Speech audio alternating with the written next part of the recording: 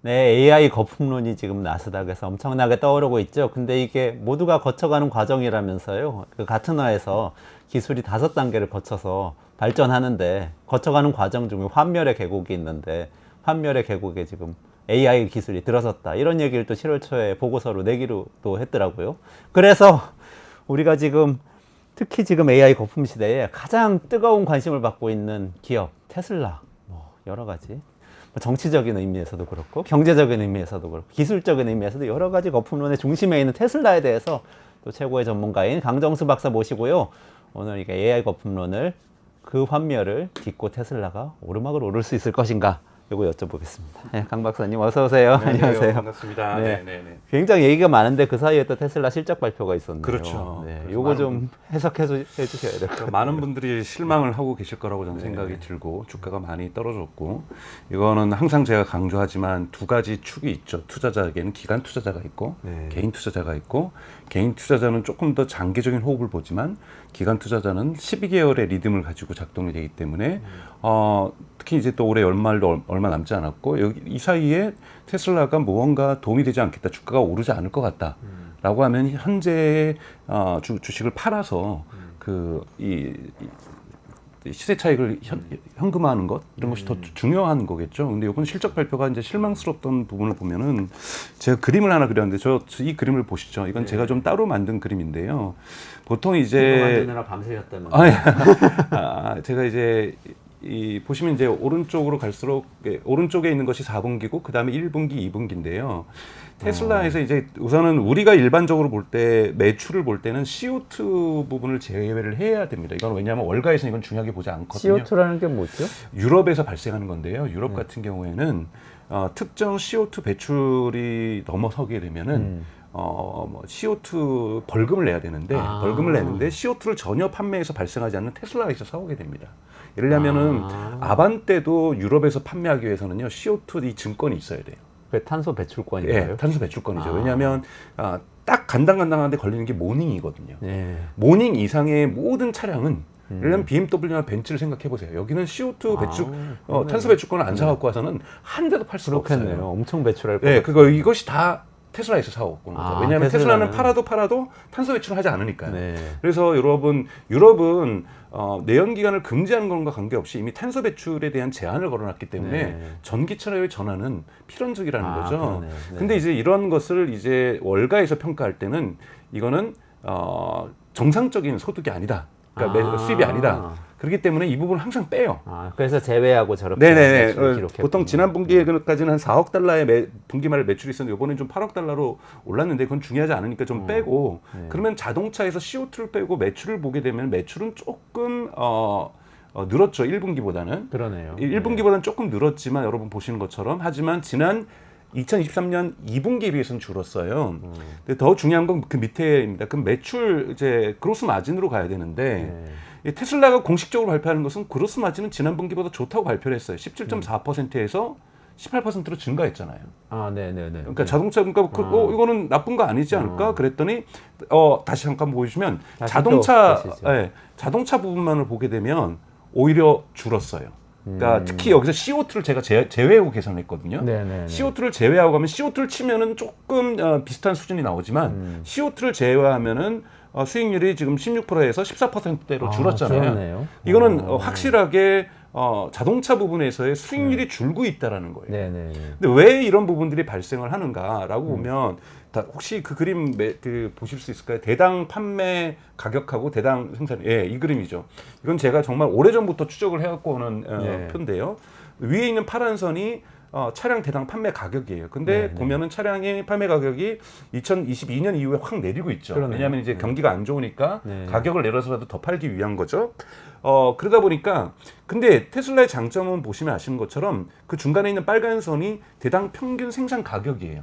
생산 비용. 생산 비용이 계속해서 내리다가 이상하게 이번 2분기 들어서 안 내리고 심지어는 아주 조금 올랐어. 그러니까 이 부분이 무엇일까? 왜 이런 부분이 발생했을까? 그거는 아직까지 사이버 트럭은 이번 어닝콜에서 얘기했지만 올해 말 정도 가면 브레이크 이븐을 만든다는 거예요. 그럼 뭐냐면 사이버 트럭은 지금 만들면 만들수록 손해인데 사이버 트럭의 생산량이 늘어나고 있는 거예요. 사이버 트럭의 생산량이 늘어나다 보니 지금은 현재까지의 그 규모는 뭐 한 달에 12,000대를 만들고 이렇게 만들어서는 전혀 규모의 경제가 안 나오는 거죠. 네. 사이버 트럭이 규모의 경제가 나오기 위해서는 2024년 4분기까지, 그러니까 4분기까지는 가야만 하는 거죠. 네. 즉 2025년부터 사이버 트럭은 테슬라에게 돈을 벌어다 준다라는 거고 돈을 벌어준다는 건 뭐냐면 생산 비용이 하락한다는 얘기입니다. 네. 규모의 경제가 항상 자동차 산업은 초기에 제품이 나온다고 해서 돈을 버는 게 아니라 초기에는 그것까지 가기 위해서 어마어마한 투자가 생산 설비 투자가 필요한 거기 때문에 계속 비용 상승 압력을 받게 되는 거죠. 네, 네. 그래서 테슬라 제가 사실은 올해 초부터 여러 번 얘기했어요. 2024년은 테슬라에게 좋지 않을 것이다. 맞아요. 네, 계속 말씀하셨어요. 계속 얘기를 했었고 왜 그러냐면 대규모의 투자가 발생하는 시기가 2024년이기 때문에 특히 뭐 AI 투자도 지금 대단히 많이 이루어지고 있죠.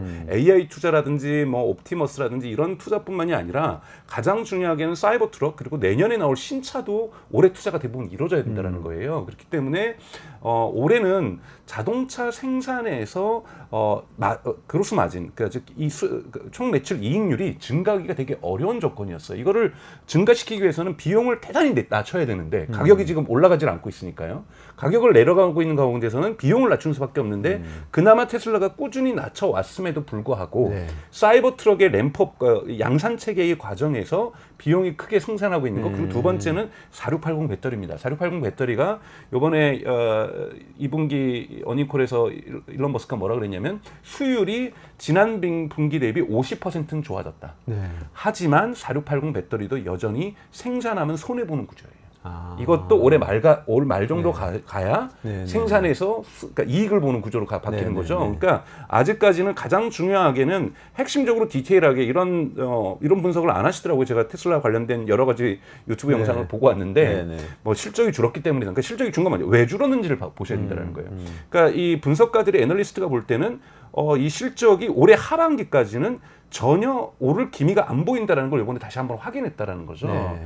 다만 지난 분기에 있어서 이 기대치는 역시 미래 가치가 요동칠 수밖에 없거든. 미래의 AI가 테슬라의 FSD가 테슬라의 옵티머스가 뭔가 가능성이 있어 보인다. 네. 중국 차의 공세 속에서도 테슬라가 판매량은 그래도 증가했구나.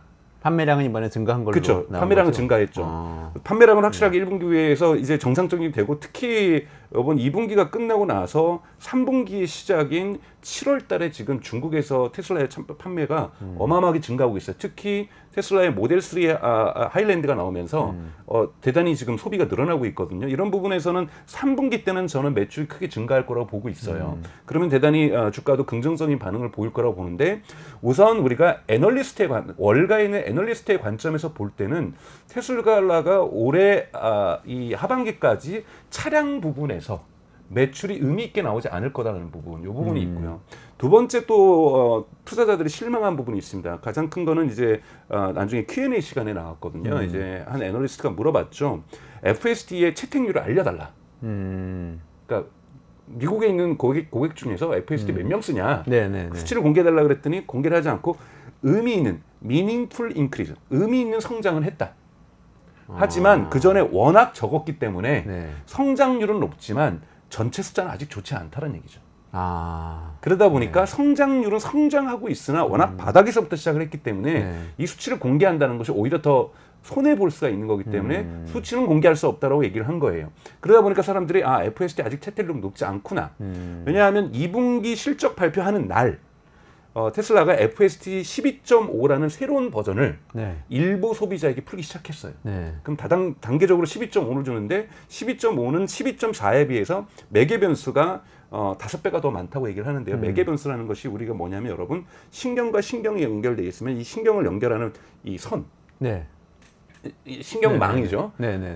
이 선이 5배가 더 증가했다라는 거예요. 그렇기 때문에 훨씬 더 지금 12.5 여러분들 FSD 12.5만 한국 분들도 지금 테스트를 하고 있고 미국에 있는 교민들분들도 많이 지금 하고 있는데 월등히 12.4보다 좋아졌다. 그 매개 변수가 우리 오픈에서 뭐 챗 GPT 발표할 때 얘기했던 파라메터. 파라메터 숫자 뭐 네, 파라메터입니다. 1,500억 개다 뭐 이렇게 네네. 발표했던 그 숫자를 그런 얘기하는 개념인 거예요. 거죠. 네, 그 네. 파라메타가 매개 변수라는 거고 그것이 신경들을 연결하는 신경망의 숫자라는 거고 네. 그것이 5배 정도 증가했다라는 거고요. 그러면서 이제 또 하나 이제 우려를 구체적으로 이제 드러낸 부분을 일론 머스크가 뭐라 그러냐면 지금 현재는 감독하에 슈퍼바이즈드 FSD라고 써 있어요. 슈퍼바이즈드라는 것은 네, 인간이 네. 끊임없이 봐야 돼요. 네. 12.5는 이제 재밌는 일이 일어나는 건 뭐냐면 선글라스를 끼고 있으면 벗으라고 얘기를 해요. 차에서. 아, 그 차가 나한테? 네, 네.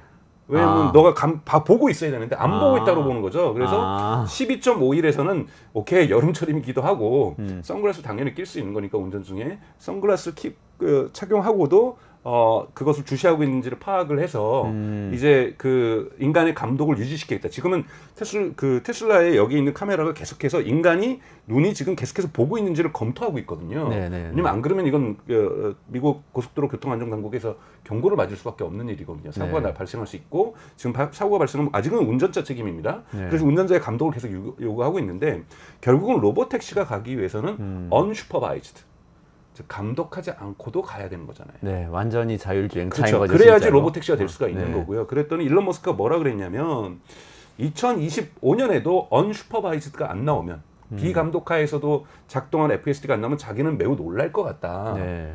이게 이제 직역인데 이거는 뭐냐면 2025년 확실히 나올 것 같다. 근데 제가 여러 번 반복드렸지만 일론 머스크는 자기가 약속했던 부분을 반드시 추구하지만 타임라인을 맞춘 적은 없다. 계속 그렇기 때문에 늦어진다는 거죠. 2026년이 될 가능성이 높다라는 부분을 좀 말씀을 드리는 거고 이거를 투자자들이 좀 읽었다라는 거예요. 가장 중요하게 다시 한번 정리를 하면은 1차적으로 자동차 부분에서의 총 매출 이익률이 감소하고 있는 것 이거 두 가지 원인은 사이버 트럭이 아직은 브레이크 이븐 포인트 즉 이 손익분기점이 넘지 않았다. 네, 그리고 네. 4680 배터리가 손익분기점이 넘지 않았다. 이것은 올해 하반기 예상을 가능하다. 그렇다면 거시경제 상황이 바뀌지 않아서 자동차 가격을 올릴 수 없는 상황이 된다라면 올해 말까지의 자동차 영역에서의 총 매출 이익률은 상승하기 어렵다. 즉 턴어라운드, 전환점, 즉 저점을 찍는 걸 확인하고 싶은 거예요, 투자자들. 만약에 이게 저점을 찍고 다음번부터는 무조건 오를 수밖에 없는 구조다 그러면은 기관 투자자들은 투자가 들어갑니다. 네. 근데 아직 저점에 도달하지 않을 수도 있겠구나라는 우려감. 그런데 만약에 이 저점이 도달한다면 이건 가능한 거고요. 그래서 요 정도 구조에서 기관 투자자들이 실망을 하고 있는 거고요. 물론 일론 머스크는 계속해서 뭐 테슬라의 미래는 이제는 자동차가 아니라 AI다. AI를 믿는 사람만 주식 사라는 얘기를 이번에도 반복했습니다만 저는 개인적으로 뭐 이거는 투자를 조언하는 방송은 아니지만 저 개인적으로 볼 때는 한 달에 한 두세 개씩부터 시작해서 조금씩 사는 입장에서는 너무 좋은 현상이라고 보고 있어요. 떨어지는 게요? 떨어지는 것이.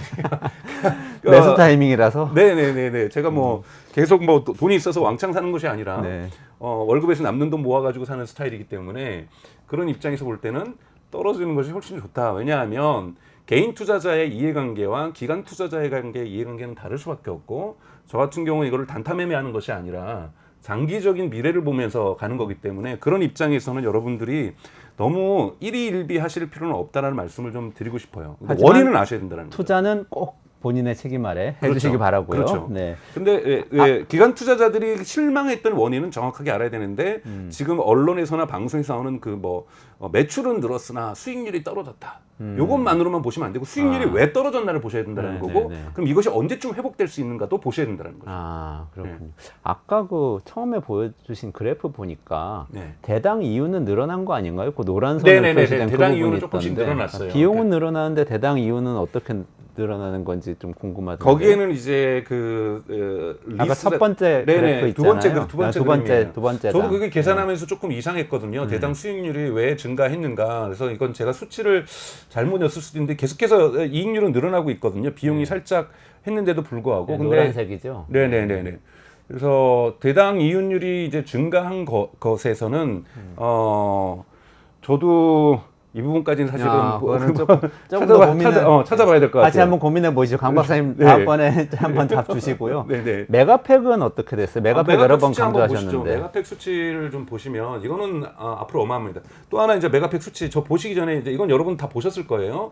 4.1기가에서 9.45 기가와트로 증가했잖아요. 그러면서 뭐라고 얘기를 했냐면 이거는 수요의 문제가 아니라 생산의 문제라고 얘기를 했어요. 생산만 더 하면 더 팔 수 있다는 얘기죠. 저거는 설치 용량인 거죠? 그렇죠. 얼마나 많이 설치 용량은 뭐냐면 이 메가팩의 수익은 생산한다고 해서 매출로 잡히지 않아요. 만약 호주에서 주문이 나오면 캘리포니아에서 실어서 호주까지 가서 설치 다 마지막 나사 조이고 나서 사인 받아서 입금이 될 때 매출로 잡혀요. 아, 그렇군요. 네, 그렇기 때문에 지금도 엄청난 프로젝트가 지금 들어오고 있고, 뭐 계속해서 프로젝트가 들어오고 있기 때문에 이 분기 매출이 생산량하고 일치하지는 않습니다. 아, 그래서 굉장히 다르네요. 네네네. 자동차나 뭐 배 같으면은 일단 물건부터 받고 돈은 나중에 이렇게 네네네. 할부로 내거나 뭐 근데 이 그러는데. 메가팩이라는 것은 물건이 이동해야 되고 물건이 이동해서 설치까지 예를 들자면 하나 설치하는 데는 시간이 금방 걸릴 텐데 100개를 설치해달라. 1000개를 설치해달라. 이런 메가 프로젝트들도 있거든요. 이렇게 했을 경우에는 이거 설치 다 끝낼 때까지 매출은 발생하지 않아요. 그럼 지금 보니까 갑자기 확 뛰었는데 이건 이제 어떤 지난 의미인 분기부터 거죠? 해서 계속해서 이제 계약들이 이루어졌던 거고 이것이 2분기 때 많이 설치가 완료가 된 거죠. 아, 그러니까 그렇다고 본다는 건 뭐냐면 지금 생산 설비가 계속 늘어나고 있기 때문에 더 늘어날 수 있다는 거고 일론 머스크가 여기서 중요한 힌트를 주는데 이거는 타임라인 명확하게 맞습니다. 지금 로트롭, 즉 캘리포니아 로트롭에 있는 이 메가팩을 생산하는 곳에서 연간 생산량이 지금 올해 말 정도 되면은 40기가와트에서 50기가와트 사이를 왔다 갔다 할 거라고 했어요. 그럼 이 정도의 연 매출이 발생한다라는 거니까 분기당 10기가와트가 발생할 수 있다라는 거죠. 그런데 뭐라고 그러냐면 상하이에서 올해 말까지 완성하고 내년부터 짓는 거에서는 원래 50기가와트를 생각했었는데 더 확장하고 있다. 그러면 이 상하이 공장과 여기만 합쳐도 두 개가 합쳐도 100이 넘는다라는 거잖아요. 100기가와트가 넘는다는 거죠. 근데 이것의 수익률이 여러분 어떻게 됩니까? 이번에도 정확하게 24%가 나왔어요. 24%에 지금 매출이 지금보다 10배가 증가한 거잖아요. 그런 거네요. 지금 9.4개가 네, 그러니까 10배가 증가하는데 내년부터 여기에 수익률은 25%라는 높은 수익률이기 때문에 완전히 돈다발입니다. 그러니까 어마어마한 물론 엔비디아의 H백과 같은 건 아니지만 에너지 사업 부분을 여러분 보셔야 되는 이유가 이번에도 전체 자동차 매출이 여러분 제가 말씀드렸던 것처럼 2022년에 91%를 차지했던 것이 2024년 1분기 때는 자동차 매출이 전체 매출에서 81%를 차지했고 이번에는 78%를 차지했어요. 그러니까 계속해서 꾸준히 내려가지고 있는 거고 이 부분을 가장 핵심적으로 채우고 있는 것이 뭐냐 메가팩이라는 거예요. 이 메가팩 사업이 대단히 알짜배기 사업이라는 거고 이것이 되게 폭발적으로 증가하고 있다는 것 이런 부분에서 테슬라의 수익성은 되게 좋아질 거라고 저는 보고 있어요. 이런 부분들도 월가에서는 좋게 보고 있으나 이거는 자동차 부분에서 이 매출 총 이익률이 하락한 부분이 되게 실망스러운 거고 이것의 턴어라운드 즉 저점이 보이지 않았다라는 것 이런 부분들이 아마 주가를 지금 평가하는 데서 나쁘게 평가하고 있는 부분이라고 저는 생각이 들어요. 아, 그렇네요. 네. 네. 특히 아까 말씀하셨던 월가에서는 그 CO2 탄소 배출권 판매 매출은 생각 안 하고 본다는 거에서 그 마진율이 뚝 떨어지는 걸로 그렇죠. 분석이 제가 되겠네요. 일론 머스크 테슬라가 그 IR 할 때 발표했던 분기 실적이 때는 18%로 올랐어요. 네. 올랐는데 이 월가에서는 이거 다시 계산하거든요. 네. 그건 CO2를 낀 거고 CO2에 이번에 거의 8억 달러의 매출이 발생했으니 8억 달러의 매출이면 큰 거거든요. 이 부분을 이제 하는 거고 비용 부분에서 사실은 자동차 부분에서 상승한 부분이 왜 있냐면 이번에 9억 달러 정도의 돈이 들었어요. 어디에 들었냐면 직원들 해고하는데 우리 직원은 퇴직금 주는데 보상 패키지라고 얘기를 하죠. 그러니까 퇴직할 때 뭔가를 돈을 줘야 되잖아요. 이 합의금을 줘야 되는데 1년치 월급을 더 준다든지 명퇴금 같은 거죠. 그렇죠. 이것이 9억 달러가 들었어요. 그러니까 상당히 많은 추가 비용인데 이건 이례적 비용이라고 볼 수 있는 거고 그러면 이제는 비용이 줄어들어야 되잖아요. 인건비가 이제 크게 줄어들 테니까 그렇지가 않죠. 지금 테슬라에서 무려 800명이라는 AI 전문가와 로봇 전문가를 추가 고용하기 시작했거든요.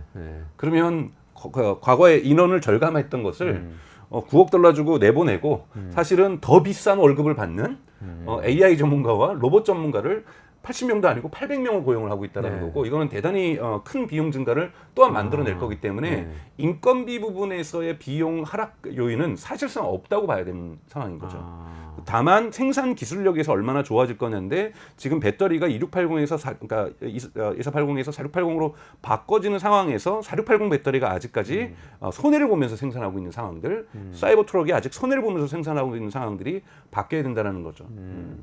R&D하고 캐펙스 그러니까 자본 지출이 좀 뭐 성장세가 꺾이는 거 아니냐 뭐 이런 얘기도 있던데.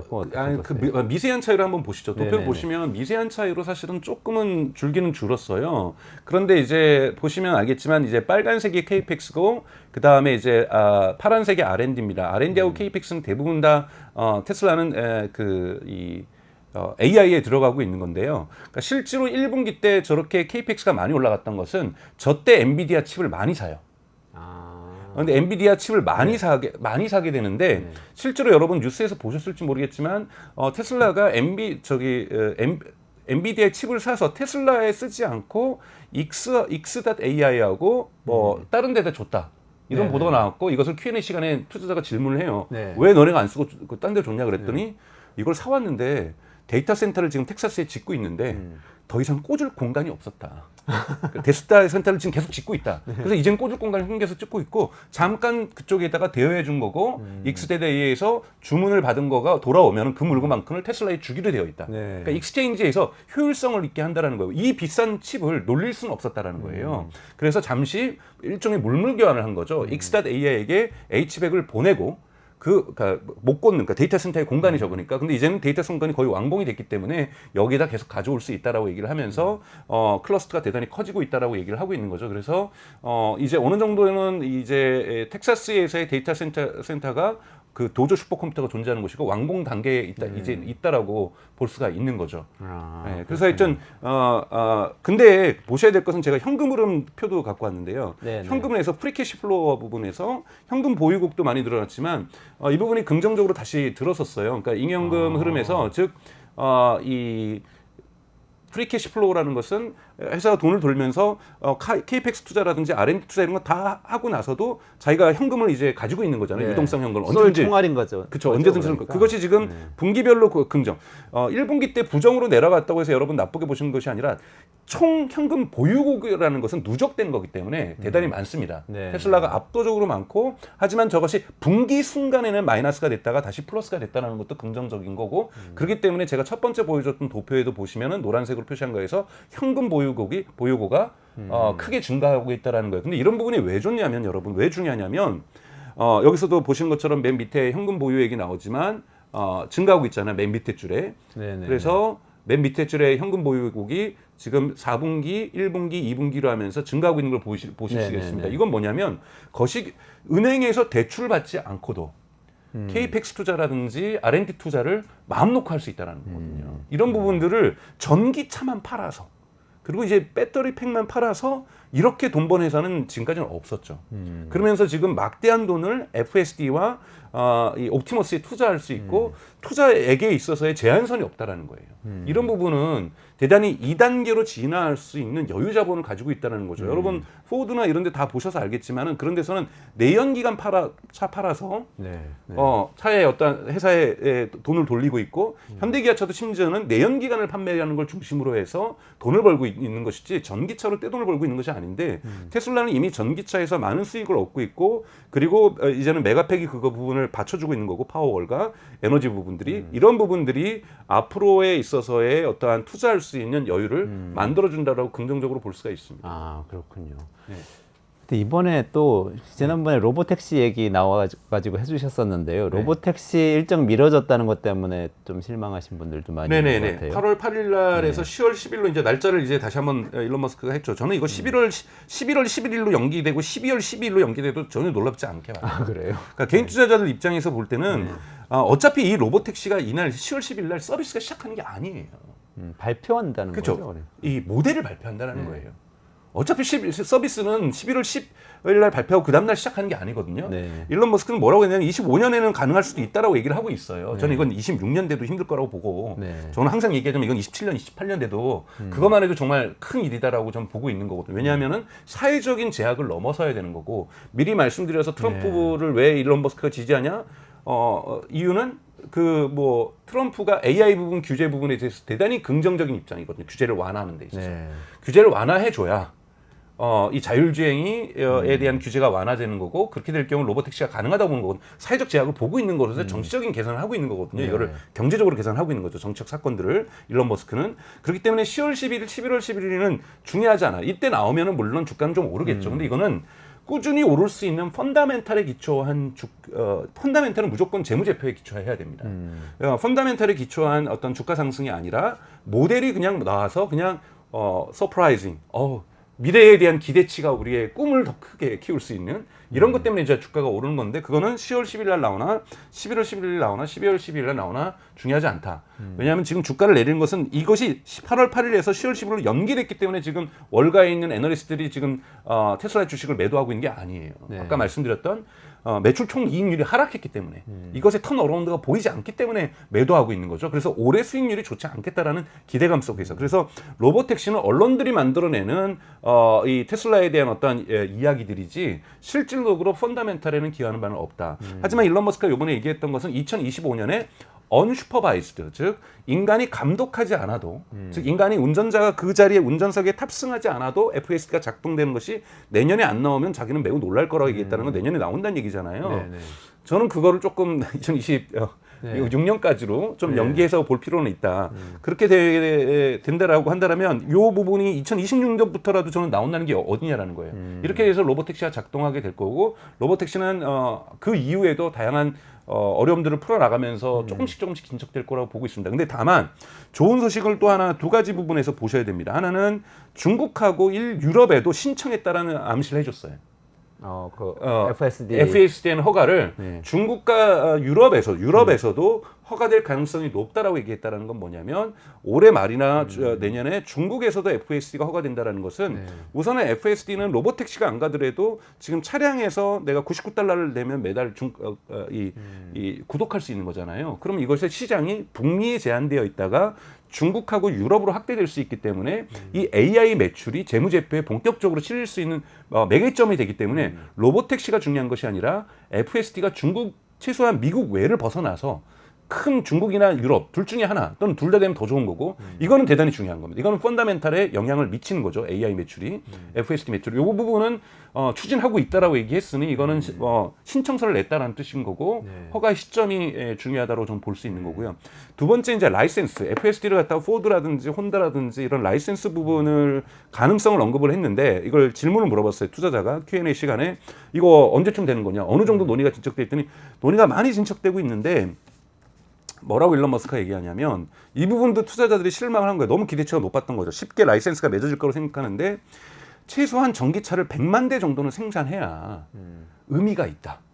왜냐하면 그 정도를 생산해야 카메라 구조도 다 바꿔야 되고 하드웨어도 들어가야 되는데 그 회사에서도 이걸 가지고 돈을 벌 수가 있다라는 거예요. 그러니까 예를 들면은 전기차 5만 대 만드는 회사에 FSD 라이센스를 주면 거기는 그 라이센스를 위해서 하기 위해서 하드웨어와 차량 구조를 바꾸게 되면 비용은 더 늘어나는데 당장 크게 큰 이익이 남길 수가 없다라는 거죠. 그래서 나름대로 전기차 시장의 규모가 커져야 또는 중국에서 만약에 FSD를 받는 가능성은 있을 수 있겠지만 포드 요즘 전기차 정말 못 팔고 있거든요. 1년에 뭐 10만 대 이렇게 팔게 못 파는 회사에서 아직까지는 라이센스가 당장에 논의는 되고 있지만 라이센스를 채택할 다른 기업이 FSD를 가능성은 낮다라고 또 일론 머스크가 Q&A 시간에 얘기했던 것 투자자가 눈물 흘리는 그러니까 애널리스트가 실망시켰던 하나의 포인트라고 볼 수가 있는 거죠. 그러네요. FSD가 한 단계 언슈퍼바이즈드 단계로 갈 거라는 거는 얘기를 했지만 실제로 그게 얼마나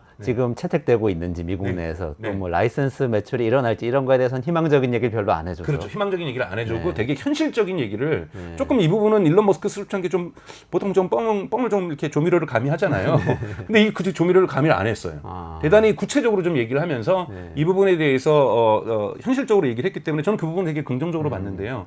그럼에도 불구하고 이건 투자자들이 꿈을 먹고 사는 투자자들에게는 실망감을 줄 수밖에 없는 거라고 볼 수 있죠. 그 감독 없는 FSD랑 감독 없는 자율주행이라는 건 기술적으로 보면은 그게 얼마나 그러니까 레벨 3인 거죠. 레벨 3. 레벨 3와 레벨 4를 얘기하는 겁니다. 한 단계 높아지는 거예요. 네네. 레벨 1, 2에서. 네네. 그러니까 테슬라는 사실은 이거를 가짜 푸세이도 레벨 3라고도 얘기를 해요. 그게 뭐냐면 이미 FSD는 레벨 3에 와 있어요. 그런데 이제 말씀드렸던 것처럼 레벨 3를 공식적으로 가게 될 경우에 사고 책임을 차량 제조회사가 지게 돼 있잖아요. 네네네. 그러다 보니까 슈퍼바이스드, 인간이 감독하에 하는 FSD라고 하는 것은 책임은 운전자에게 있다라는 거예요. 그러니 눈을 떼지 말아라. 눈을 떼지 말고 항상 주시해라. 해서 언제든지 개입해라. 하지만 우리가 차량을 타서 FSD를 작동시킨 다음에 목적지에 도착할 때까지 당신의 개입이 없게는 만들어 주겠다.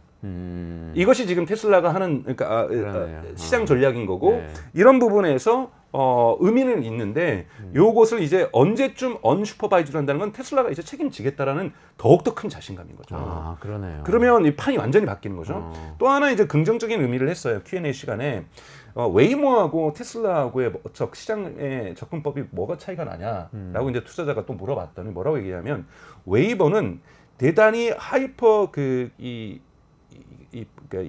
대단히 고해상도의 지역 사진을 찍어서 그 지역에서 완벽하게 구현할 수 있도록 하는 로컬, 그러니까 한 지역에 특화된 셀프드라이브 자율주행이라는 거예요. 그러니까 샌프란시스코에서 자율주행하기 위해서는 정말 실제로 그렇거든요. 고해상도 카메라로 미리 도로를 다 찍어요. 네. 구글에서. 네. 그걸 정기적으로 HD 수준으로 계속해서 찍고 그 다음에 자기 자동차를 달리게 한다라는 거예요. 그런데 테슬라는 대단히 generalized, 그러니까 일반화되어 있는 자율주행이다. 그건 뭐냐면 테슬라를 지금 캐나다에 갖다 놔도 갑자기 테슬라를 여러분들이 테슬라가 원래 없던 예를 들면 미국의 다른 도시에 가도 FSD는 똑같이 작동한다는 거예요. 그러니까 모든 미국의 환경과 심지어는 얘기하는 것이 지구 어디에다 갖다 놔도 작동을 한다라는 건데 웨이모는 절대 고해상도 카메라가 그 지역을 지도를 완전히 만들지 않은 곳에서는 작동하지 않는다. 그건 뭐냐면 웨이모가 확장되기 위해서는 막대한 인프라스트럭처에 대한 투자가 필요하지만 우리는 그냥 들어가면 된다.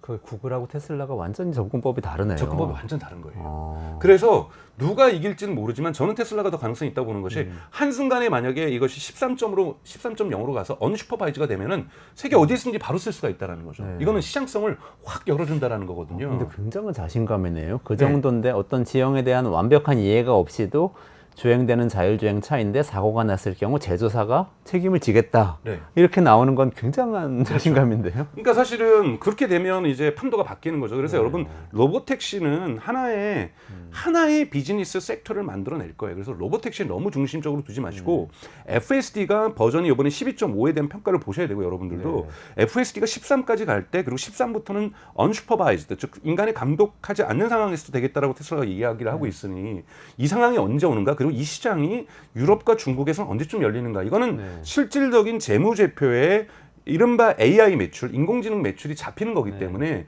이 부분이 매우 중요하다고 볼 수 있고 두 번째 이제 매출이 잡히는 건 옵티머스겠죠. 그렇군요. 그래서 전문가들은 그래서 옵티머스 시장이 먼저 올 거다. 저도 그렇게 말씀을 드렸잖아요. 근데 이제 일론 머스크가 조금 이거 옵티머스도 일정을 조금 연기했어요. 뭐라고 얘기를 했었냐면 올해 말까지 테슬라 공장에서 많이 작동시킨 다음에 내년 말에는 일반에다 판매하겠다고 했는데 1년씩 연기를 했습니다. 지금도 테슬라 공장에서 작동되지만 내년 말까지 테슬라 공장에서 좀 더 실험한 다음에 2026년부터 외부에 판매하겠다 그랬어요. 저는 이것도 2027년부터 될 거라고 보고 있습니다. 왜냐하면 왜 이걸 연기했냐면 옵티머스의 수준이 지금 떨어지는 것이 아니라 여러분 테슬라는 옵티머스도 제너럴라이즈, 대단히 일반화시킨 로봇을 만들고 있어요. 그러니까 특수 목적용이 아니라는 거예요. 아마존이 만들고 있는 어질리티 로보틱스 같은 경우는 딱 웨어하우스에서만 일할 수 있도록 짜놨어요. 네. 근데 옵티머스는 곳곳에서 일할 수 있잖아요. 그것도 접근법이 다르네요. 접근법이 다르죠. 그리고 대단히 여러분 옵티머스가 가장 지금 발달하는 게 가장 휴머노이드 모든 업체들에 대해서 손가락이에요. 보시면 알겠지만 손가락이 인간의 손가락을 닮았잖아요. 네. 그리고 각각의 촉각이 있어서 심지어는 계란마저도 안 깨트리고 힘을 조절해서 옮길 수 있는 걸 연습을 하고 있잖아요. 그래서 지금도 연습하는 게 뭐예요? 배터리 조그만 걸 옮기는 걸 연습을 하잖아요. 그럼 적정한 힘을 주는 거잖아요. 여러분 이런 건요 어마어마한 초기에 잔고장이 많습니다. 잔고장이 즉 구동기가 예를 들자면 수백 개가 들어가 있는데 그러네요. 구동기 하나만 고장나도 이건 수리를 해줘야 되는 거예요. 그러면 초기 테스트에서 언제 제품이 흔히 말하는 오작동을 일으키는가? AI의 문제점이 아니라 이 물리적인 그러니까 물리적인 어떠한 이 고장, 자잘구레한 고장이 무진장 일어날 수 있다는 거고 이거를 통계학적으로 다 분석해서 이 부분을 서비스를 개선을 해야 외부에 판매할 수 있어요. 예를 들면 외부에 판매했어요. 한국에 있는 안성에 있는 공장에다 판매를 했어요. 10대를. AS 받으러 미국에서 날라와야 되는 거예요. 아니면 AS 공장을 안성에다 하나 줘야 되는 거고요. 이러면 수익률이 떨어집니다. 경제성이 떨어지는 거고 이 판매를 해도 비용이 되게 많이 들어가는 거죠. 이런 부분에서 옵티머스가 정말로 외부에 판매되기 위해서는 어마어마한 이 부품을 가지고 있는 이 특히 구동기 어마어마한 모터를 그러니까 여러분 그러니까 전기 모터를 수백 개를 몸에다 지니고 있는 거잖아요. 얘가 하나도 고장이 안 나야 되거든요. 그것도 1년, 2년 동안. 그러니까 이런 부분에서 옵티머스도 시장 환경이 될 때는 일론 머스크는 2026년이라 보지만 저는 한 2027년 정도의 옵티머스가 될 거다. 이렇게 좀 보고 있습니다. 26년, 27년에 어쨌든 FSD의 다음 세대 그리고 옵티머스 이걸 가지고 한번 다시 이 네. 정말 성장세의 시동을 걸 수 있는지 그걸 좀 지켜봐야 된다. 그렇죠. 이게 포인트네요. 네네네. 좀 짧게 그 XAI에 투자하는 거고 투표에 붙였던데 네네네. 그건 어떻게 봐야 돼요? 저는 나쁘게 보지 않아요. 왜냐하면 XAI는 지금 벌써 오픈 AI 다음으로 시장 가치가 높은 네네. 인공지능 기업이 됐어요. 엔트로픽을 넘어섰거든요. 근데 이 XAI에 지금 55억 달러의 50억 달러를 투자하자고 얘기를 하는 건데 네네네. 지금 500억 달러 이상의 시장 가치를 갖고 있으니까 10% 지분을 가져서 XAI에서 만들어지는 것을 쉽게 테슬라로 가져오자라는 거거든요. 네. 왜냐하면 테슬라에서는 FSD를 하지 생성 AI는 하고 있지 않는데 XAI 같은 경우는 지금 세계에서 가장 큰 데이터 센터를 최근에 완공을 했어요. 그러니까 이 학습시킬 수 있는 이 데이터 센터 엄청난 H백을 갖다가 꽂은 거죠. 엔비디아에. 자, 그럼 여기에서 올해 말에 대단히 높은 수준의 생성 AI가 나올 거라고 보는데요. 여러분 FSD하고 생성 AI는 모델 자체가 다른 거기 때문에 다른 겁니다. 이 생성 AI가 들어오게 되면 이제 이 자동차를 제어한다든지 이런 데서 우리가 흔히 말하는 보이스로 컨트롤링 할 수 있는 이런 부분들이 되겠죠. FSD로 해서 법들을 멈추는 게 아니라 FSD 작동 멈춰라고 하면 작동 멈추는 거고 뭐 이런 여러 가지 부분에서의 이 자동차 부분에서의 생성 AI가 들어온다는 건 진화된 부분이라고 볼 수가 있는데 이 기술을 마음대로 갖다 쓰기 위해서는 뭔가 쉽게 얘기해서 피를 섞어야 된다는 거죠. 그런 부분에서 왜냐하면 지금 완벽하게 일론 머스크는 그 지분을 다 가지고 있지만 양쪽 다 회사는 공식적으로 그렇다고 갖다 쓸 수는 없죠. 그럼 배임이 되는 거죠. 그러니까 명확하게 회사가 이 지분을 섞는 이런 것은 필요할 수도 있다. 그거는 이제 XAI에 대한 성장 전망을 보고 결정할 수 있는 거고 이건 주주들이 투표를 해서 결정할 문제죠. 전략적 제휴를 어쨌든 하겠다 이런 의지라는 거죠. 아까 300억 달러 그 현금 흐름 있던 거 이런 데다 쓰는 건가 보네요. 그렇죠. 50억 달러. 그러니까 50억 달러는 큰 돈이 아니에요. 그러니까 그렇기 때문에 제가 현금 자산 흐름이 테슬라에게 많은 것이 대단히 그러니까 유의미한 의미를 가지고 있다는 거죠. 네. 나중에 그 AI가 옵티머스에도 활용될 수 있고 그렇죠. 뭐 이런 가능성이 있기 때문에 다른 데 5억 달러 또는 50억 달러 투자했다가 날릴 수도 있어요. 날리면 안 되지만 그래도 회사가 망하지 않는다는 거예요. 그런 안정성은 있다. 네. 트럼프 리스크 마지막으로 어떻게 보세요? 트럼프 지지하면서 뭐 이렇게 또 구매자들이 민주당 지지자들이 많아가지고 그렇죠. 지금 차 안 산다는 얘기도 있고. 그렇죠. 그러니까 이 정치적으로 그러니까 한 특정 기업이 예를 들면 삼성전자가 나는 국힘 편이야 무조건 이렇게 얘기하면 민주당 지지자는 삼성 TV 안 살 거 아니에요. 그렇죠. 그런 줄 알고 있으면서도 또 그렇게 얘기하는 건 또 다른 문제. 그렇죠. 그럴 거라고 생각하면서도 공식적으로 얘기하는 건 다르고 거기다 기부금 내는 것도 다른 거거든요. 그래서 사실은 저는 개인적으로 경영인이 특정 정치인을 지지하는 건 문제가 있다고 얘기를 생각이 들어요. 근데 일론 머스크는 대단히 그러니까 뭐라 그러냐면 자기는 정상적인 사람 아니다. 정상적인 사람이었으면 이렇게 스페이스X 못 만들었고 테슬라 못 만들었다. 필요에 따라서 전략적 제휴를 하는 거라는데 일론 머스크는 자기 정기에서 월터 아이잭슨 썼던 정기에서 지난 선거에서는 자기는 바이든을 찍었다고 명확하게 밝히고 있어요. 왜냐하면 바이든이 친환경 정책을 쓸 거라고 봤고 전기차 시장을 열어낼 거라고 봤는데 별로 전기차를 갖다가 하는데 테슬라는 도움 안 주고 자꾸 포드나 GM이나 스텔란티스나 노조가 있는 기업만을 지원해 주니 자기는 그랬고 그리고 또 하나는 EV에 대한 경쟁력을 자기는 보조금도 필요 없다고 생각하는 사람이에요. 저기는 보조금을 줘야 될 정도로서 가격이 높지만 우리는 가격을 이미 저렴하게 생산하고 있어서 낮출 수도 있고 그래서 근데 AI 규제를 너무 심하게 한다는 거야 바이든 정부가. 특히 FSD한 규제. FSD한 규제가 지금 가장 큰 그 테슬라에게는 중요한 이슈거든요. 자율주행 규제가 전기차 보조금보다 훨씬 중요하다. 훨씬 중요하다. 왜? 이제는 전기차 자동차 회사에서 AI 회사로 전환하려고 했는데 AI 쪽에서의 규제 부분이 트럼프 쪽에서 확실하게 완화해 주겠다고 얘기를 했었고 이미 벤스, 즉 부통령의 후보인 이 벤스 같은 경우에는 AI 규제에 대해서 반대하는 편이거든요. 지금은 그러면서 지금 트럼프 쪽에서 만든 새로운 공약이 있어요. Make America First in AI. AI에서 아메리카를 세계 정상으로 만들겠다. 이것이 이번에 선거 구호예요. 그거는 규제 풀고 성장을 또 도모해 주겠다라는 거거든요. 이 부분이 일론 머스크에게 명확하게 결코 일론 머스크가 트럼프라는 개인 성격의 정치인을 지지해서 지지하는 것이 아니라 이 정책을 지지하는 거거든요. 그리고 트럼프 2기는 여러분 제가 트럼프 지지자 이런 거 아닙니다. 그 1기보다는 그래도 정책을 공화당에서 많이 준비를 했어요. 산업 정책들을. 이런 부분들의 교감들을 하면서 지금 일론 머스크뿐만 아니라 실리콘밸리의 거물들이 지금 다 지금 트럼프 지지로 많이 선언하고 있는 것은 전통적으로 민주당 지지가 강했던 캘리포니아에 있는 이 실리콘밸리가 트럼프를 지지하겠다라는 것은 산업 정책에서 쉽게 얘기해서 아다리가 맞아 떨어지는 이런 효과가 있기 때문인데 민주당 지지자를 싫어할 수는 있어요. 싫어해도 민주당 지지자들은 공화당보다 나아요. 공화당은 정말 전기차 싫어해요. 근데 민주당 지지자들은 전체적으로 친환경 주의자들이 많아요. 그렇게 되면 전기차를 많이 사겠죠.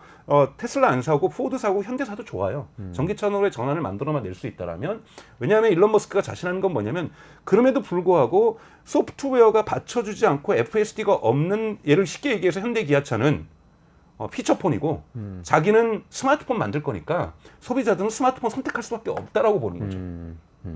알겠습니다. 그러니까 정책과 관련해서 테슬라를 볼 때 정책은 AI 정책을 봐야 되겠네요. 그렇죠. FSD 특히 이게 자동차 자율주행과 관련된 네. AI 규제가 어떻게 되어가느냐 네. 거기에 딱 포커스를 맞춰서 네. 봐야 되겠다, 이런 좋은 말씀이었습니다.